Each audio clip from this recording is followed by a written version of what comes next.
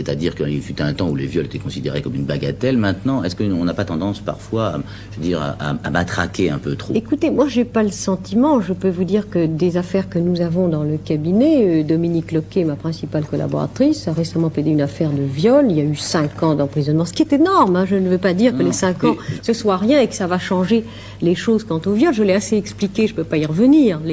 Pour le viol, c'est en deçà les remèdes, c'est pas dans la répression.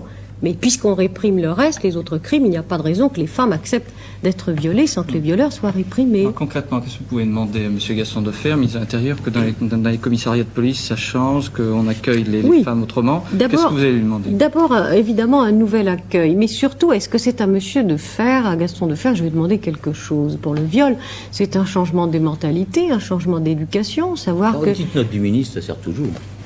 Mais oui, mais là, vous en êtes au commissariat. Pour le Oui, mais moi, je vous dis que le remède contre le viol est bien avant le commissariat. Je vous dis, c'est à l'école maternelle. C'est apprendre qu'il ne doit pas exister de rapport de force entre l'homme et la femme et que l'amour, c'est autre chose que cette violence. Donc, vous voyez, ça n'est pas vraiment le domaine de Gaston Defferre.